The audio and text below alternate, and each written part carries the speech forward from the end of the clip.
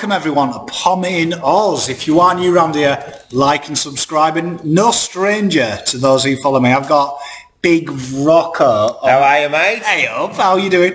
On the first show of what we're calling My Kind of People. There you go. And we're going to learn a little bit about your sporting background, what you like about sport, and what makes you tick.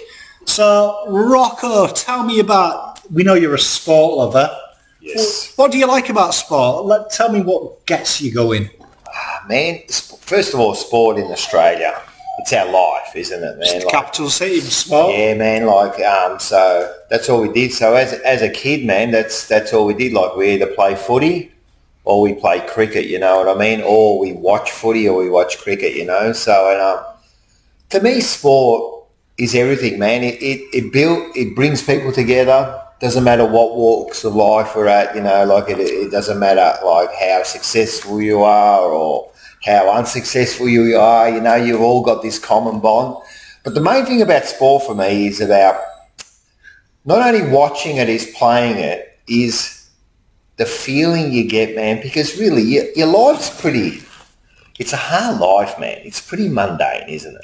Man, you go to work, you get married, blah, blah, you got the kids, whatever, you know what I mean? Like, and then, how many times do you get to feel like a winner?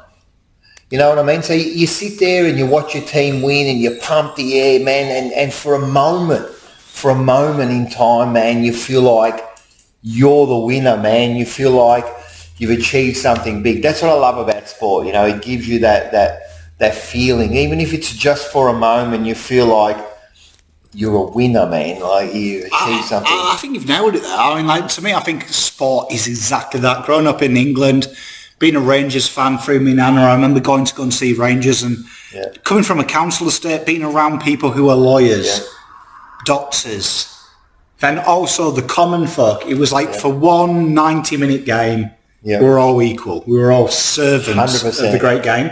But also what you say, playing amateur level. Yep. You suddenly feel like a hero. Like, you take a wicket, C-grade cricket, you're the hero. Well, man, I've said this, and I've played like footy. I've played a lot of cricket in my life, you know what I mean? So, and look, I've won a few trophies in my life. Maybe indoor got a big trophy collection as well. Yeah, I've got a big trophy. Downplayed that. I throw all the second places out, but the first ones I keep up here. But I've always said this, you know, when you win a grand final, it doesn't matter what level you are. What's the difference between winning at a local level and winning the AFL grand final? You know what the difference is? 100,000 people. Yeah. That's the difference.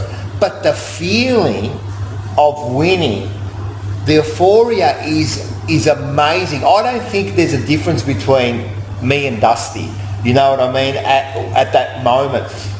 And then afterwards, you know, they say, oh, you know, that half an hour after winning something, you're with your mates, you're having a beer, you talk about the game. Man, for a moment, you're a superhero, you know what I mean? You know, so that's what I love about the game. Well, I think you're spot on, do you know what I mean? If you're winning your, like, I've seen my son, he's just doing, like, the local little soccer, and, like, they all got gold medals just at their breakup. And, like, to see his reaction in the car, like, it was like winning a gold medal at the Olympic Games. He was so chuffed. He had it round his neck. Like, we were in McDonald's and he's showing the server. And I thought for a minute what you said about Dustin Martin. I was like, I bet this is no different to what Dustin Martin feels the minute they put the Norm Smith round his neck. Mate, it's like, only, like, the difference is how many people know you or how many people notice you, you know, but the feeling... And the Adidas sponsorship as well for $1 million. You know, the money, in actual fact, I think that winning at a local level is almost more enjoyable because the pressure of a professional sportsman would be so great. I mean, after winning it, but that pressure, you know what I mean?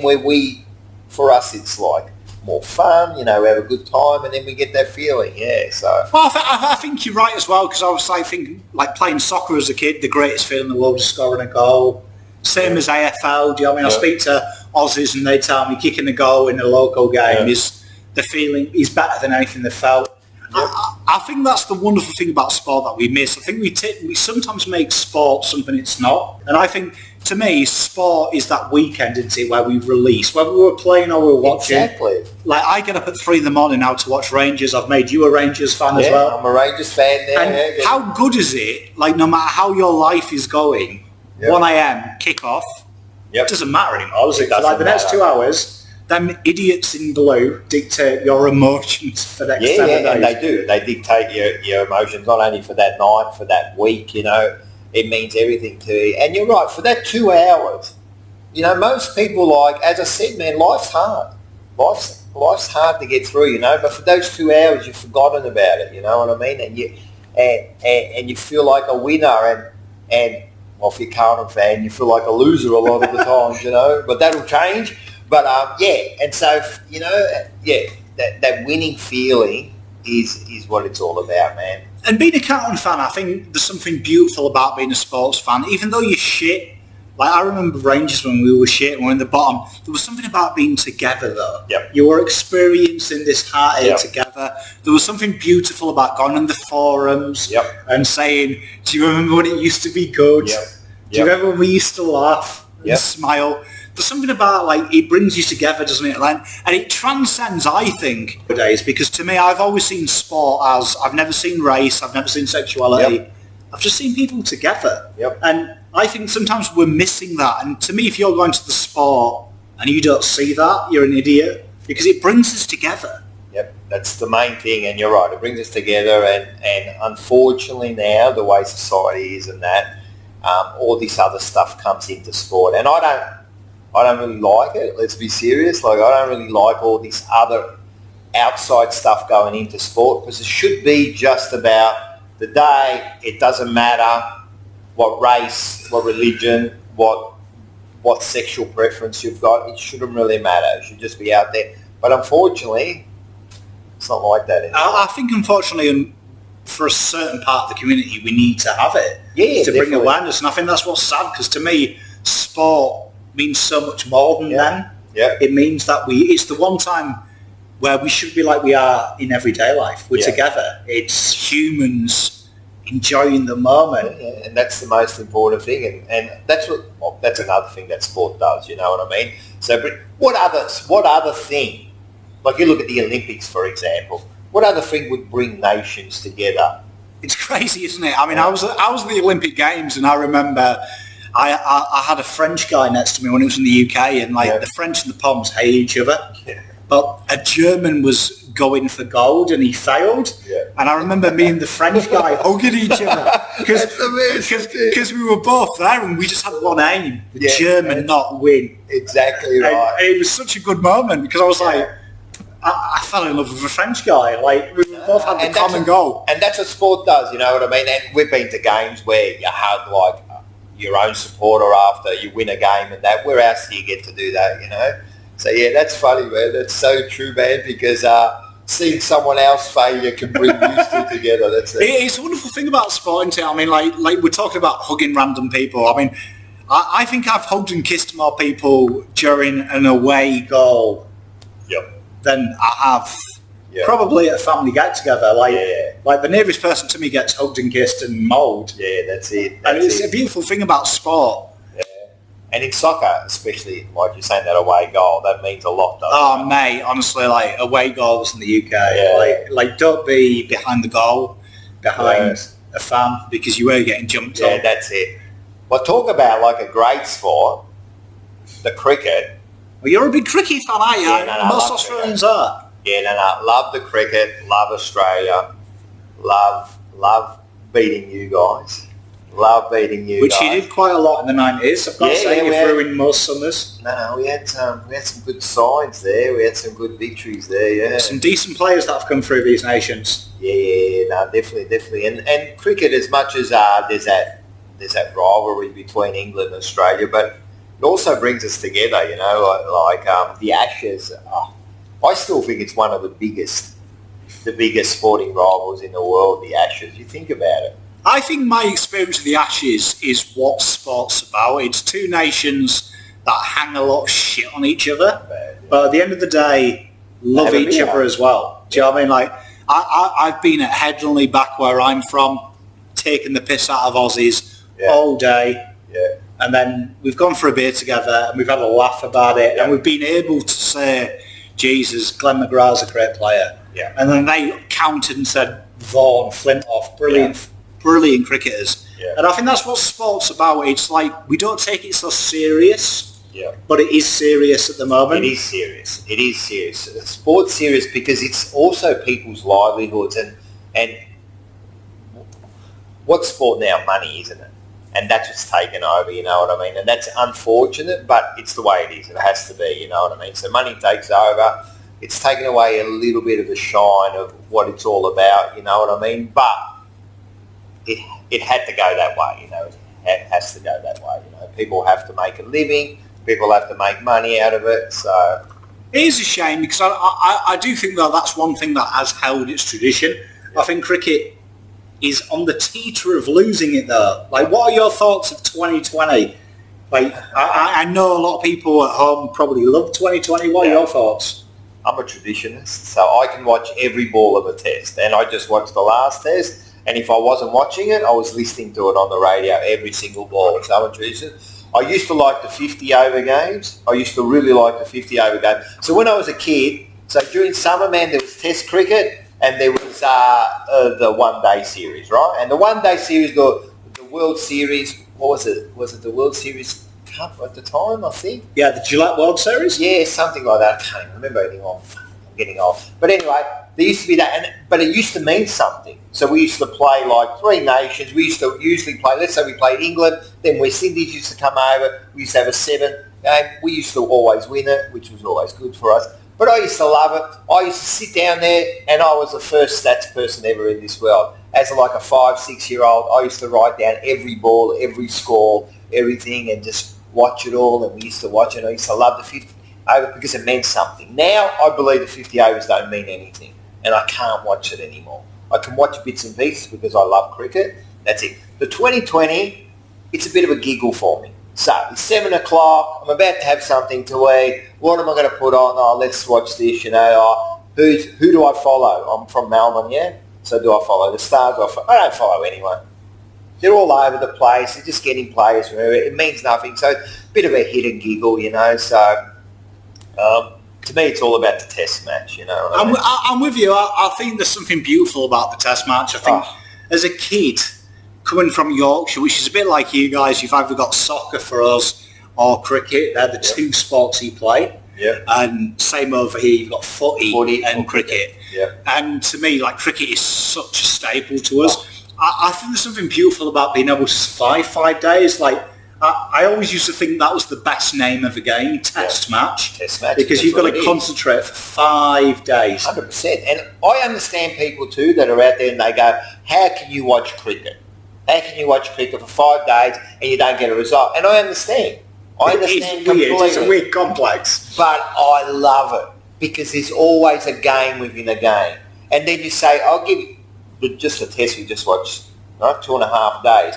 Day one, you know, like India, like control, you know, you take a couple of wickets and then we come out, oh yeah, we're kind of on top again. And then what happens then, we get bowled out and then we think India come in and they've got a 50 run lead and you go, they're going to get out and the next morning, you know, like 9 wickets for 26 runs and then the game's over. It just turns like that. You can never be off in cricket, you know what I mean? It can just turn. And that game there, and one moment, I always talk about this one moment, and we know that moment in this test was the Kohli run out, yeah. Right, and it changed. And remember the Kohli run out, and then straight after that there was who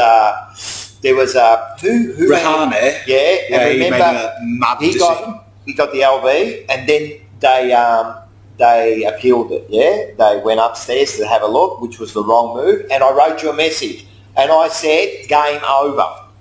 At this point, I said, "Game over." I just thought they just lost the plot in that 5 minutes ago, and that's what happened. And that's the beauty of Test cricket, you know what I mean? Like, it's not 5 minutes. It really is a tough sport, and I think I don't think it gets us enough publicity as well. And I think that's sad, because to me, growing up as a kid, that was the dream, playing Test cricket for England.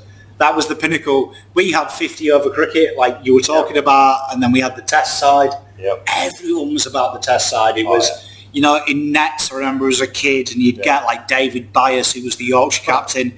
He'd be telling you, play long shots, play the long game. There was none of this short hit sixes and fours. It was good technique and to survive 5 days in the field. But nowadays, we're starting to see the advent of a shorter format. You see like Glenn Maxwell's switch hits, which I think are beautiful. I think batting needed to evolve. But I do also think, why hasn't bowling evolved? Why do you think bowling's not evolved yet? That's because it's always a batter's game, they used to always say. And that's funny you said that, because I did see a clip today that one of the bowlers, I can't remember who said, but he actually said that, and then he showed how bowling has evolved, and he showed all these different moves where he would do the statue, where he would just run up, stop, and then bowl. You know, like little things like that. So, look, it has evolved, because if you think about 2020, when it first started, it was all about the hitting.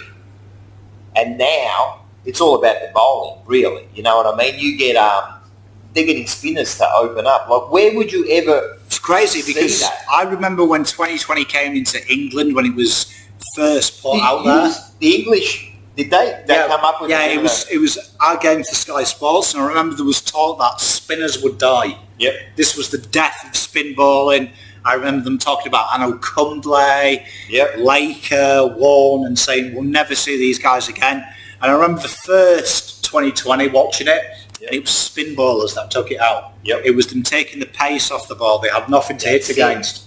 Everyone was talking it was going to be fast bowlers, but fast bowlers went for loads of runs. Spin bowlers stopped them, and I actually think it resurrected spin bowling as an art. And I, as a spin bowler myself, that's what I grew up being.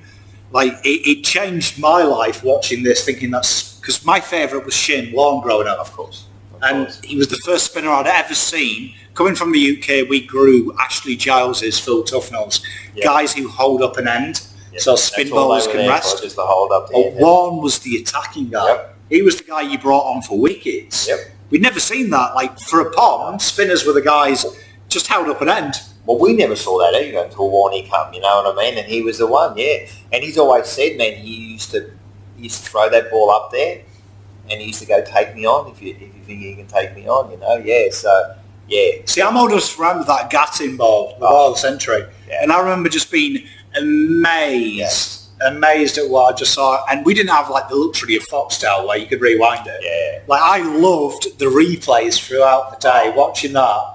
So I was just like, it was another level. Well, did you see his face when he got bowled? Yeah, Gatting was shocked. He was like, what the hell happened? And this was like, I think that was his second test that he did that in. I think in his first test, Warney got one for like 100 and something. Odd, and then he comes along, and then that's it. And this blonde kid from who played for St Kilda, reserves. He was a sainer. Hey, that's good. Yeah, he was a sainer. Good sportsman there. He was always going to achieve.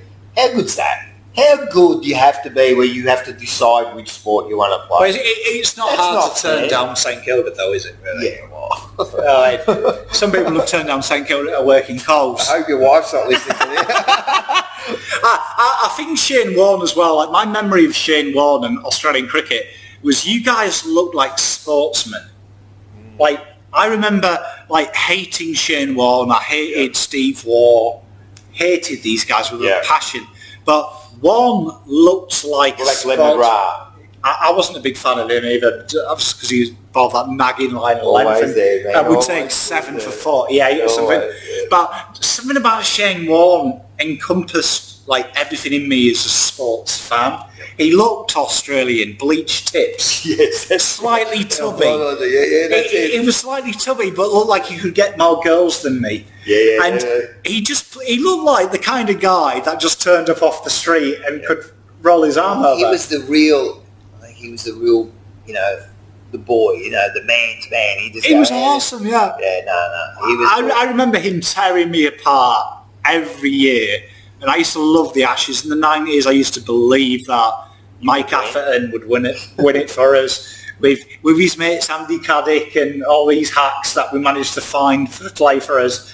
And Warne just had this uncanny knack.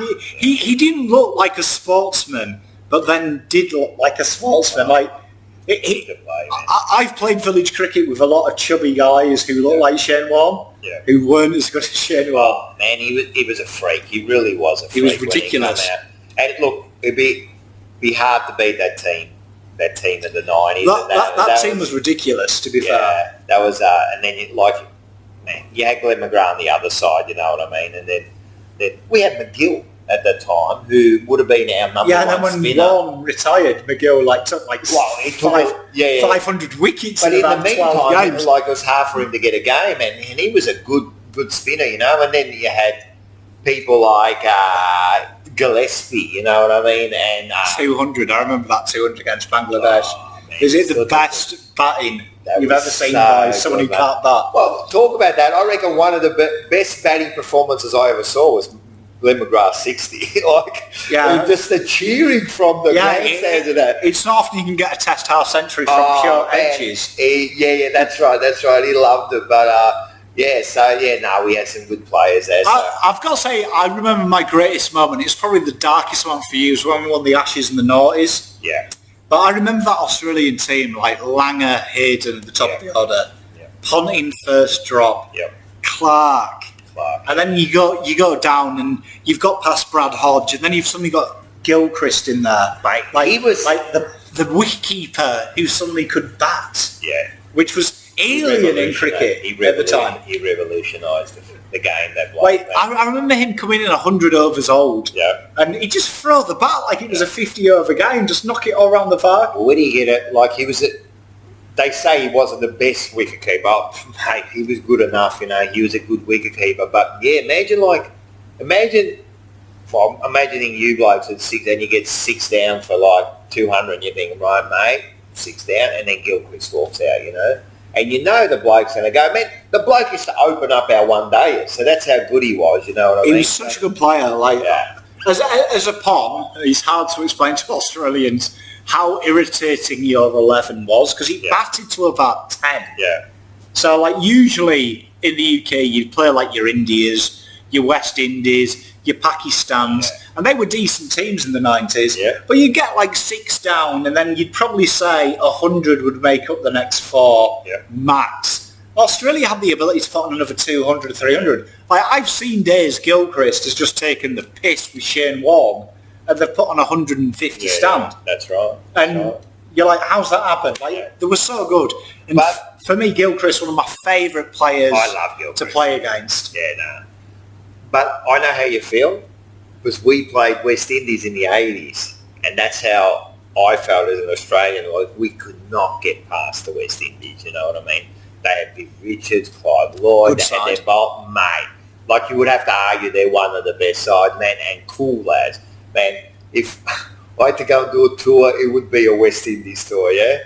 Yeah, so I know how you feel, man, when a team dominates and you just watch and you just hope that they can do something, you know, win a test, even win a day, you know, you'd be happy with, you know. It was tough being a Pom, I've got to say. You look at our team back in the 90s that went against you. Yeah. It's no surprise it was poor. Yeah. Because there were some players there that you debate would ever play Test cricket. Yeah. But who would you say was... I said Gilchrist was my favourite Australian. Who was your favourite Pom to play cricket? Pom. It would probably be both of them. We used to be a great player. Yeah. Well, you and then in modern times, you know, Flintoff, you know, used to love watching Flintoff play. You had some good batsmen, Cook was a good batsman, you know. I love Root. Yeah. Because of his name. It's funny, you had all these... good name, Joe Root. You had all these players in there with names like Root and Cook, things that the Poms can't do good. You know?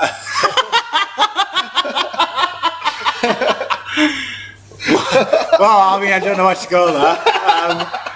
I hope if my wife has stuck around after the abuse for St Kilda, she'll defend me for the latter. That's it. I might have thrown myself under the boat. Yeah. It's weird you haven't mentioned the greatest non-Pom, but is a Pom, but isn't to play for us, Kevin Peterson. Oh, Kevin Peterson, he was he was technically is a Pom. I'm going to count it. South African, even though Aussies won't count it. He's a Pom. We're doing that now, aren't we? Yeah, well, everyone does it. We've got what's his name? Labuschagne, Yeah. in Australia. I mean, there's a few Australian names that I take the piss out of my Australian names, saying, not really Australian names.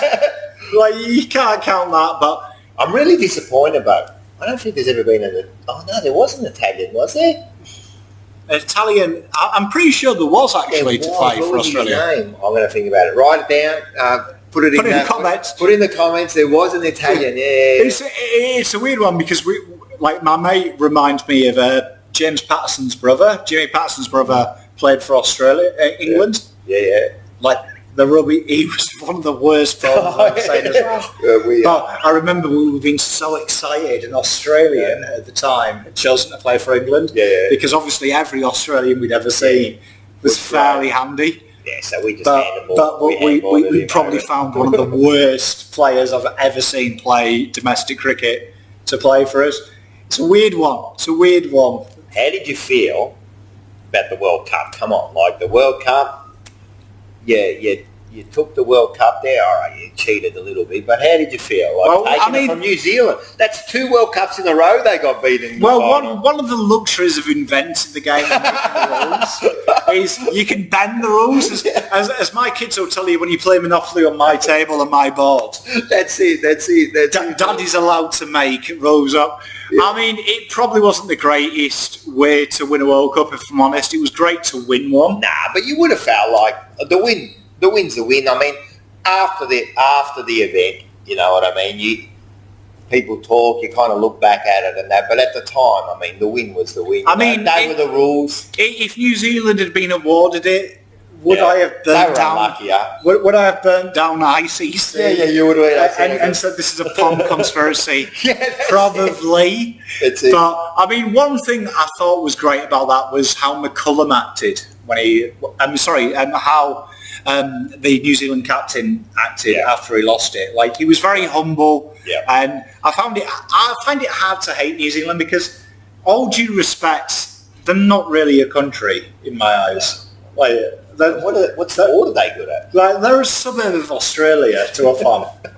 Like, no disrespect to New Zealand.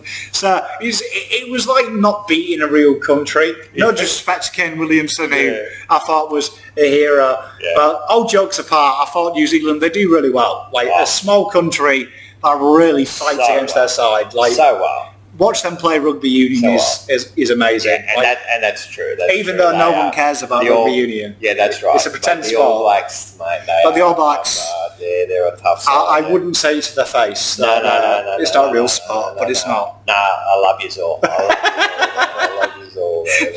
I just thought about how big some of them are. Gee, no, you're a great country. Second best country in the world. That's it.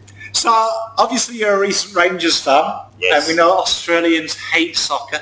Not really. I mean, soccer's pretty big here. So a lot of... It's getting that. Yeah, well, a lot of Australians, they follow the Premier League more, you know what I mean? So that's really big. So you'll hear a lot of talk about not so much the Scottish League, you know what I mean? It's a proper league if you want to watch sport. Yeah, it's a good league, and I love the rivalry between the Rangers and Celtic, man. Like, I thought Carlton Collingwood was like some hatred there, but what you told me, and then what I've like researched on that, it's just out of this world, man. The hatred there. Would you buy a membership for Celtic? Well, I would rather choose a group of random guys to sleep with my wife than play a Celtic membership. Honestly, and watch at the same time. Like, honestly, what if your son I wouldn't have a son.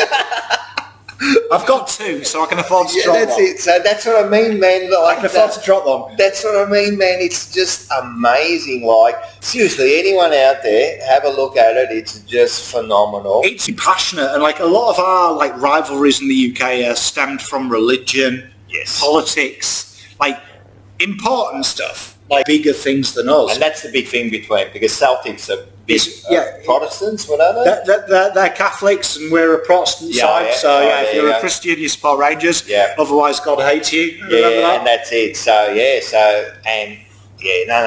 a lot of our sports to us are steeped in that religious background, and also, moreover, when people ask me why is soccer so violent, look at English history. It's always been tribal, little small Saxon tribes have fought to the death for each bit of land, and then suddenly they replace that with sporting teams of that land. So to us, and to me as a Pom, sport means more than life. To me, sport is, when I put my Carlton Guernsey on, I'm ready to die. Like, I know it sounds stupid, but I'm ready to fight to the death against a Essendon fan, a Collingwood fan, because defending my area 100% against the enemy. Yeah, and I think, so you got the English, there's also the Italian league, you know what I mean? And, Serie A, it's huge. Yeah, and they're huge, They've got the same psychopathic tendencies. Yeah, well, I've got some friends that told me that, like, if you would follow Rome, or you follow Juventus and then you go to Rome, like, and you had the accent, you've got to be careful about speaking, because someone will start on you, you know what I mean? So they would go to a game, two brothers would go to a game, and one was Juventus, one was Rome, and whatever the other side was, they wouldn't speak, because in the crowd they would probably get beaten up, you know, just for speaking a Roman accent. You know? It's huge. It's huge. It's hard to explain to an Aussie as well. Like to us, that's so normal. So when you first came here, when you sat next to like a different supporter, was that unusual? I found it so weird. I remember my father-in-law taking me to, after, like, when he took me to the Carlton Richmond prelim, I didn't quite get that. Because it was like it was a new game to me. Yeah. So I didn't quite get Richmond were a rival to you. I just thought they were another team. Yeah. But I found it weird that I was sat next to a Richmond fan. Yeah. I did. But then as the game got more serious, like Essendon, found it weird that when I was centre wing against Essendon, I was sat next to two Essendon fans, and then there was Essendon fans behind me. Yeah. I found that super weird how Australians said this is the biggest rivalry in AFL. Yeah. But everyone's having a beer together and not glassing each other. Like in the UK, if that was Rangers Celtic, there's no way. If there was 6 people, 3 Rangers fans and 3 Celtic fans, there's no way they would sit not in a same million section. Years without someone dying. Yeah, or being GBH. So look, it's weird. It's weird for us. It's good that it's not like that. I think it's beautiful. It's like that. We can go to the footy with our family and not worry about dying. You know what I mean? So that's a good thing. But it's made it hard for me though, because I'm used to now being sat next to a Ranger, an Essendon fan, and abusing him. Yeah. And knowing that the worst that's coming back is abuse. Yeah. So I hope to Christ when I go and see a Rangers Celtic game, I don't decide to do what we did when we were kids and sneak into the away section because the tickets were cheaper and there was a free seat, and hide our Rangers shirt. And so you'd still wear the Rangers shirt underneath? Oh, definitely, and you'd just put your jacket on and hope that you'd never show it. No. And then you'd secretly celebrate. So if they kick a goal, you're going to sit there like that. Oh my God. Yeah, while they're going, oh no, you're like, that's no way. Oh no way. It's hard. I mean, I remember my mate's a big Leeds fan. They hate Man United, and he was in the Man United section. And he'd have to go to the toilet to celebrate. Like I remember they scored, and he ran to the toilet to celebrate, and you could hear him from the stand because everyone was like deadly silent at the United end, and you could hear him going, "Go on, Bedford!" That's crazy. Probably who was that coach from Manchester where they threw flares at his house? Who was that? Was it Van Gaal they threw? I think so, yeah, they went in. They're mad, man. I remember Rangers against Celtic, and the referee gave a bad decision, and someone actually found out he was a teacher at school, and he had a kid at the school, and someone offered $5,000 if their kid bullied that referee's kid. That's how it is in the UK. And I talk about it now and I laugh because I think that's just balmy. Yeah. Because Australians would forget about it by Monday. There's probably still Rangers fans who I know remember the name of that referee and the kid's name, and they've earmarked him in their mind to get that. It's crazy. Is that the same? But that's not the same for cricket. No, that's not. No. I'd say cricket's always been more of an upper class gentlemanly sport, okay, where soccer's been more working class the for commoners, the man. Yeah, go out there. Yeah, all right, that makes sense. And it's a weird thing because it doesn't there, but like rugby league, it exists. There's firms in rugby league in the UK. Yeah. It's just like kind of like soccer is what it's known for. Yeah. Well, let's be honest, even though every time I talk about it, it's not that bad. Soccer is 100% safe. And nowadays, firms just attack other firms. So unless you're part of that lifestyle, for a normal fan, if you're an Australian, you go and watch a Rangers game, it probably is not subjected to. And as my wife will vouch, she's gone to see Rangers Celtic games. The barmen actually actively encourage you not to walk into a bar because you're not a Rangers. They'll actually ask you, if you're foreign, they'll be like, who do you support? Yeah. And they'll try and keep you safe. Like, genuinely, it's more of a, you've got to be in it to get that mentality. Yeah. Well, there you go, man. Like, you've talked about what sport means. That's what sports means, doesn't it? That's what it means. It's life for people, you know what I mean? Well, you see, I come from that culture. Like, to me, I take sport, even Carlton, I take it not to that I'll beat people up extent, but it makes me that angry. It makes me that hurt. Well, it means everything to me. Well, I hate people because of the teams they follow. I'm serious, man. Like, I can like someone and then they say something either against my team and then I instantly dislike it. I've quit friendships. I'm not saying I've quit friendships from the beginning when they say, I'm a life member of Essendon. And I'm like, check out. That's it. Check out. Oh, man, I'm with you, man. And especially, like, Collingwood supporters, for me, like, the hatred for Collingwood is, I reckon if I was in England, man, I'd be one of those. What are they, firms? The firms, yeah. Yeah, mate, I'll be the leader of the Well, you've got the bald head. I mean, that's 90% of the battle. Oh, is it? They're all skinheads. There you go, mate, I can do that. So, I get them where they talk and I just go, all right. And I've got no more respect for them, you know, like I can't help it. So, So. It's crazy. Well, we're definitely going to have to get you back, you and me, Rocco, have to do like an Ashes review. 100%. Because we know the Poms are going to win. Best side of the world. All right. So, definitely the Ashes. We're definitely going to do the Ashes because as much as you've lived here for 10 years, it's in the heart, isn't it? Well, I mean, unfortunately Scotland don't have a test team, so we have to support the English in this one. No, we're definitely going to do that. So we'll do a day-by-day coverage of the Ashes. Oh, definitely, we might have to do a live stream, you and me having a few beers here, watching it. So the live stream might be the way, Giving it, because usually it's my wife giving me shit. I think we can replace her with you. Well, look, we pretty much follow the same teams except for the cricket now. And I know you still like the Australians, you know, so of course. I'm supporting you now against the Indians. Yeah, of course. But when it comes down to England, Australia, it's going to be battle, mate, those little Ashes, man. Well, we've got to let you know who's still the boss. Yeah, well, that's it. We'll see how we go. All right, when is it? When is the Ashes? Next year. Is it next summer or is it? Next summer. Oh, so it's here next summer. Yeah, 12 months. We're going to do it from the ground. This time next year, do it from the ground. We can be having a beer at the MCG. We're going to do it from the ground. Yeah, definitely.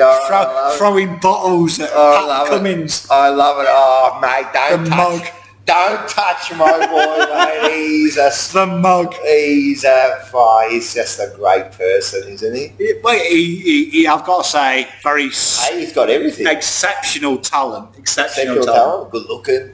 He's got it all, hasn't he? He's got it all. He's got the hair, the height. Mate, I was going to say, he's a better looking Glenn McGrath. That's it. Yeah, that's true. Yeah, so definitely. No, this has been good, man. I've enjoyed it. Well, let us know in the comments if you want to get involved and be on Poms kind of people. Please reach out to me. And as always, see you next time. See you guys.